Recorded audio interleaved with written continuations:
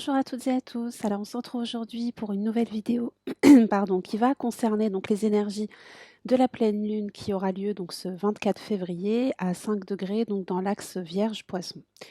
Alors, on va rentrer donc dans le thème de cette pleine lune, d'abord par le symbolisme d'un cycle lunaire dans l'axe Vierge-Poisson, puis on va regarder, comme toujours, trois ou quatre aspects qui sont actifs pendant cette pleine lune. Alors, l'axe Vierge-Poisson, dans cet axe-là, on a une confrontation, en fait, quelque part entre, eh bien, d'une part, les énergies sensibles, qui vont être, intuitives aussi, hein, reliées à l'archétype des poissons, qui va nous parler d'idéal, de vision humaniste à laquelle on aspire et qui est bien souvent, dénuée, de contraintes, on va dire, matérielles. Avec l'énergie poisson, on va naviguer en fait dans l'univers du possible. On est dans le rêve, dans le lien au sacré, le divin. Et d'autre part, on va avoir donc les énergies vierges qui nous ancrent dans la réalité quotidienne, par l'importance en fait qui va être donnée aux détails, qui vont nous sécuriser, hein, des détails qui nous sécurisent sur un plan mental, mais aussi sur un plan matériel et concret. Donc en poisson, on va dire qu'on accède à la vision de ce qu'est l'idéal, et en vierge, eh bien, on améliore et on va modeler en fait petit à petit cet idéal pour qu'il puisse se rapprocher chaque jour de cette vision. Donc dans l'axe Vierge-Poisson, on a aussi bien sûr l'opposition entre le contrôle, on va dire en Vierge, le lâcher-prise en Poisson, l'intellect, l'intuition. On a aussi, les thématiques de guérison, du corps pour la Vierge, guérison de l'esprit ou de l'âme, comme on l'entend, pour l'énergie Poisson. Alors, une pleine lune, qui se déroule en Vierge, elle peut d'une part nous demander en fait de revenir à des réalités plus concrètes, de la vie de tous les jours, en nous posant en fait des questions sur, notre organisation, au travail par exemple, ou, sur nos ressources au sens large. Le temps, l'argent, nos compétences aussi, pourquoi pas, entre autres, mais aussi sur, notre santé, notre alimentation, notre vitalité. Donc vous voyez, tout ça, c'est des thématiques auxquelles on est confronté quand même plus ou moins tous les jours. En tout cas, dans notre quotidien avec cette énergie vierge, c'est des thématiques qui sont fortes. Donc dans l'archétype vierge, on a aussi cette notion de prendre soin, d'améliorer et de voir aussi, les processus qui ne fonctionnent pas pour les rendre plus efficaces.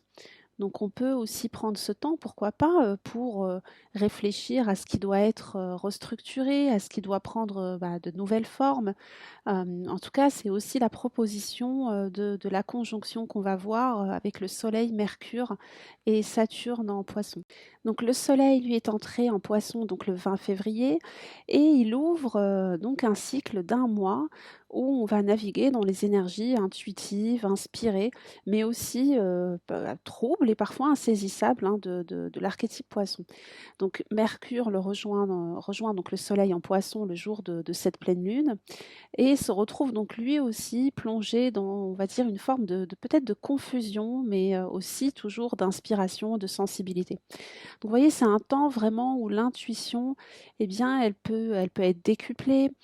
On peut avoir, oui, beaucoup d'inspiration, travailler aussi sur des thématiques, pourquoi pas de guérison. On a eu aussi la conjonction, nœud nord-chiron, en bélier qui a eu lieu donc, le lundi, en début de semaine.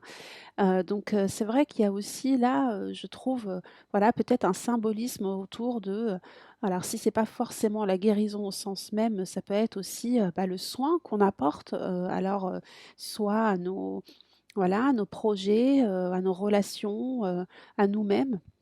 Voilà, ça peut être des thématiques aussi comme ça on peut creuser en tout cas avec l'énergie vierge.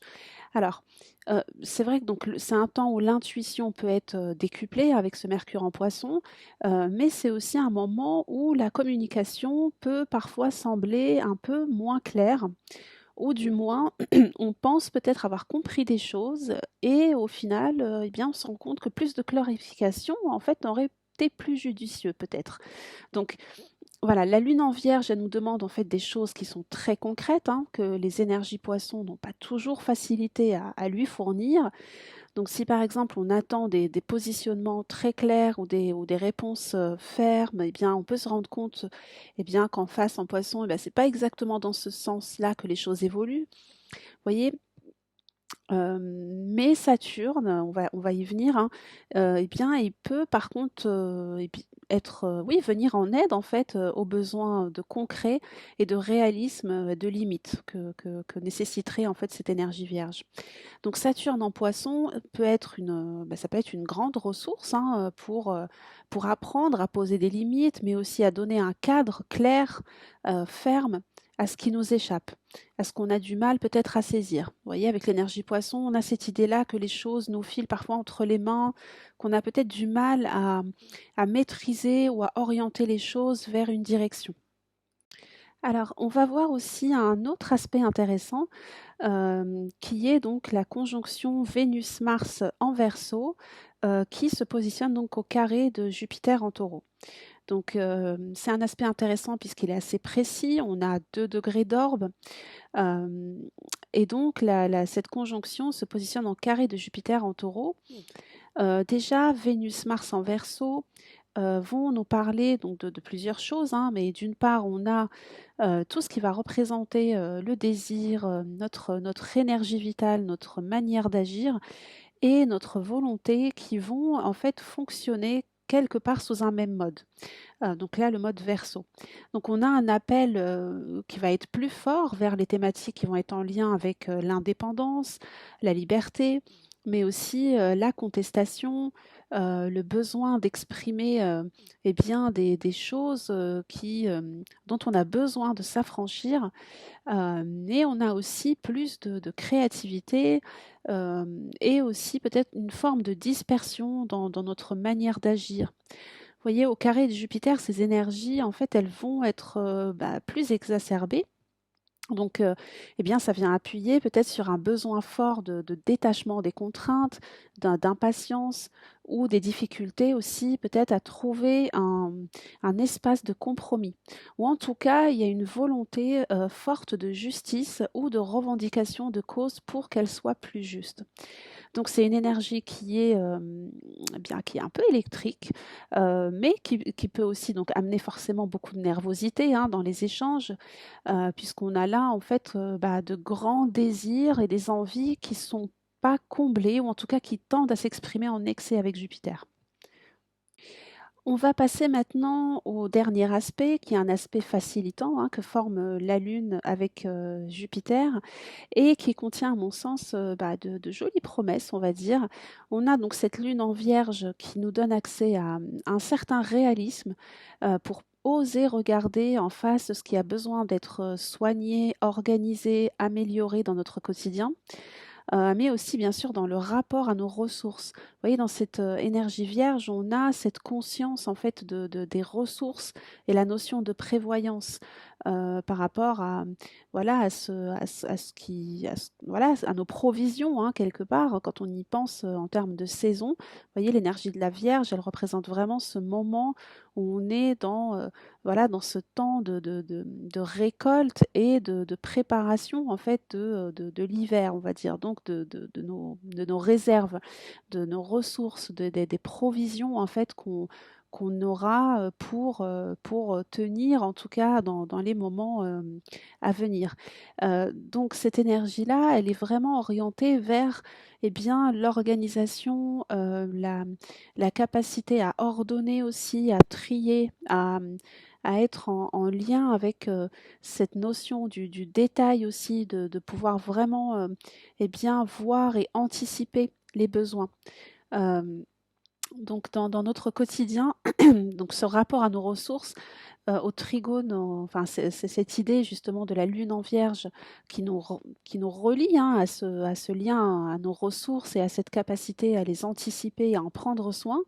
Eh bien, elle se positionne donc en aspect facilitant donc de Trigone à Jupiter, et là on peut, pourquoi pas trouver, eh bien une forme, peut-être d'enthousiasme ou en tout cas être, guidé par, voilà, par la bienveillance, on va dire, de Jupiter pour mettre en place, en fait, des changements, concrets qui viendraient, en fait, soutenir, et nous aider à être plus en harmonie et en paix. Vraiment sur des thématiques, très, matérielles. Vous voyez, là, Jupiter est en taureau, donc il ramène aussi à ces questions de ressources, de gestion des ressources, de capacité en fait à voir où est-ce qu'il y a de l'excès en fait face aux liens à nos ressources, où est-ce qu'il y a du manque, où est-ce que les choses ne sont pas justes. Et donc voilà, toutes ces thématiques-là, en fait, avec Jupiter, elles prennent beaucoup plus d'importance. En fait, il y a vraiment un focus qui se fait dessus pour que l'on puisse prendre conscience, eh bien, des manques que nous avons, voire des excès que nous avons pour les rééquilibrer. Donc, si on résume un petit peu, on va dire, les énergies de cette pleine lune, on a donc, d'une part, de fortes énergies poissons qui vont tendre vers, un idéal, ou en tout cas l'expression d'un idéal. Ça peut être un idéal collectif. On a la notion de foule, hein, le poisson, en tout cas avec Neptune encore en poisson. Et cet idéal-là a besoin d'être structuré, d'être cadré et incarné. Là, c'est Saturne en poisson.